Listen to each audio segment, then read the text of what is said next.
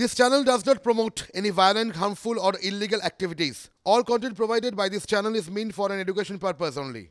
মালদার পরে এবারে আসুন চোখাকি নরেন্দ্রপুরের খবরে। নরেন্দ্রপুর কাণ্ডে কোর্ট ইতিমধ্যে ডেডলাইন দিয়ে দিয়েছিল, আর সেই কোর্টের মুতোকে অবশেষে পুলিশ খানিকটা অ্যাকশন নিয়েছে। গতকাল রাতে আমরা দেখেছিলাম দুজনকে অ্যারেস্ট করা হয়েছিল, এরপর আজকে সকালে আরও দুজনকে গ্রেফতার করা হয়েছে যাদের এফআইআর এর নাম ছিল। কিন্তু মূল যে অভিযুক্ত অর্থাৎ প্রধান শিক্ষক, তাকে এখনো পর্যন্ত পুলিশ গ্রেফতার করতে পারেনি, এবং তারই মধ্যে প্রধান শিক্ষককে বাদ দিয়েই ওই স্কুলে মাধ্যমিক পরীক্ষাও শুরু হয়ে গিয়েছে। কথা বলবো এই নিয়ে, আমাদের সঙ্গে সরাসরি রয়েছেন আমাদের প্রতিনিধি অরিত্র।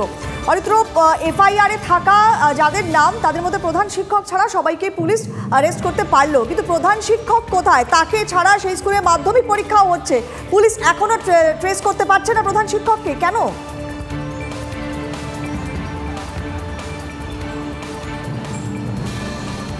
দেখো, মাধ্যমিক পরীক্ষার প্রথম দিন প্রধান শিক্ষককে ছাড়া প্রশাসনিক যারা দায়িত্বে রয়েছেন তারা এসেছেন এবং পরীক্ষা নির্বিঘ্নেই শুরু হয়েছে। কিন্তু যে প্রশ্ন উঠছে যে যার বিরুদ্ধে মূলত অভিযোগ সেই প্রধান শিক্ষক, তাকে এখনো পর্যন্ত পুলিশ তার টিকি পর্যন্ত ছুঁতে পারেনি। তবে এই যে বলরামপুর এবং তৎসংলগ্ন যে এলাকা, সেখানে কান পাতলে শোনা যাচ্ছে যে এই প্রধান শিক্ষকের একটা প্রভাব এই এলাকাতে রয়েছে, এবং খুব গুরুত্বপূর্ণভাবে যেহেতু বিধানসভা ক্ষেত্র হচ্ছে সোনারপুর উত্তর, এবং সেখানকার বিধায়িকা তিনি যখন পরীক্ষার শুরুতেই এই বিদ্যালয়ে এসেছিলেন ছাত্রছাত্রীদেরকে শুভেচ্ছা বিনিময় করতে, আমরা তার সাথেও কথা বলার চেষ্টা করেছিলাম, এবং ঠিক একই প্রশ্ন আমরা তুলেছিলাম যে এখনো পর্যন্ত যার বিরুদ্ধে মূল অভিযোগ অর্থাৎ এই স্কুলের প্রধান শিক্ষক, তাকে এখনো পর্যন্ত ধরা গেল না কেন? প্রত্যুত্তরে তিনি কোনো রকম উত্তর না দিয়ে কার্যত সংবাদ মাধ্যমকে এড়িয়ে সোজা গাড়িতে উঠে তিনি চলে যান। আর সেই জায়গা থেকেই কিন্তু একটা জিনিস প্রতিষ্ঠা হয়ে যাচ্ছে, যে একটা থিওরি প্রতিষ্ঠা হচ্ছে যে তাহলে কি এই যে প্রধান শিক্ষক যার বিরুদ্ধে অভিযোগ, তার কি এলাকায় বিরাট প্রভাব রয়েছে? তার মাথায় কি অন্য কোনো অদৃশ্য হাত রয়েছে, যে হাতের জাদু বলে তাকে এখনো পর্যন্ত পুলিশ ধরতে পারছে না? দেখো, সন্দেশখালী ঘটনার পরে কিন্তু এই নরেন্দ্রপুর ঘটনা সেরকমই একটা উদাহরণ বা সেরকমই একটা সাক্ষ্য বহন করছে। একবারই নজর রাখো অরিত্র, আমাদেরও নজর থাকবে। প্রধান শিক্ষক ছাড়াই মাধ্যমিক পরীক্ষা হচ্ছে নরেন্দ্রপুরের বলরামপুর মন্মথনাথ বিদ্যা মন্দিরে। ভয়ের পরিবেশ কিছুটা কাটিয়ে পরীক্ষা কেন্দ্রে এসেছেন ছাত্রছাত্রীরা।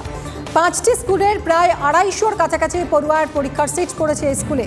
স্কুলের নিরাপত্তার জন্য মোতায়েন করা হয়েছে সশস্ত্র পুলিশ বাহিনী। স্কুল গেটের বাইরের অভিভাবকদের জমায়েত হটিয়ে দেয় পুলিশ।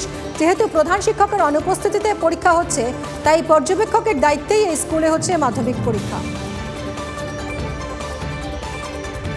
আমরা তো গার্জিয়ান, তো আমাদের একটু ভয় ভীতি আছে, সেই জন্য আমরা সঙ্গে এসছি, এবং এখন মনে হচ্ছে যে একটু আছে, সুস্থ আছে মনে হচ্ছে এখন, আর চিন্তাটা নেই অতটা। কিন্তু আমাদের চিন্তা ছিল, দুদিন আগেও চিন্তা ছিল, আমরা খালি খোঁজ খবর নিচ্ছিলাম। না, দেখছি তো ভয়ের কোনো পরিবেশ নেই।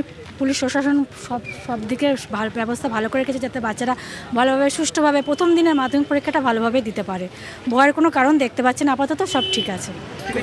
ঠিক আছে, কোনো অসুবিধা নেই। নিরাপত্তার অবস্থা একদম। পুলিশ প্রশাসনের যে ব্যাপারটা পুলিশ প্রশাসন দেখছে, আমরা এখন ওই বিষয়টাতে একেবারেই আমরা কনসেন্ট্রেট করতে পারছি না।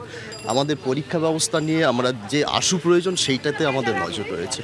প্রধান শিক্ষকের অনুপস্থিতি এটা তো একটা বড় বিষয় মাধ্যমিকের মতো পরীক্ষায়। একদম, কিন্তু তার জায়গায় আমরা হাইকোর্টের নির্দেশ অনুযায়ী আমাদের ভেন্যু সুপারভাইজার স্যার আছেন, পুরো ব্যাপারটা দেখে নিচ্ছেন। আমরা এই বিষয়টাতে এখন কনসেন্ট্রেট করছি। নিরাপত্তা ছাত্রছাত্রীদের জন্য সব ব্যবস্থা ঠিক আছে? মোটামুটি পুলিশ তো রয়েছে আমাদের এখানে প্রেজেন্ট থাকছেন, সব রকম ব্যবস্থা আমরা করতে পেরেছি। আমাদের দিক থেকে নর্মালসি রেস্টোর করা, পরীক্ষা ব্যবস্থাটা কন্টিনিউ করা, যতটুকু যেমন করা যায় আমরা সব রকম করতে পেরেছি। পরিস্থিতি এখন স্বাভাবিক?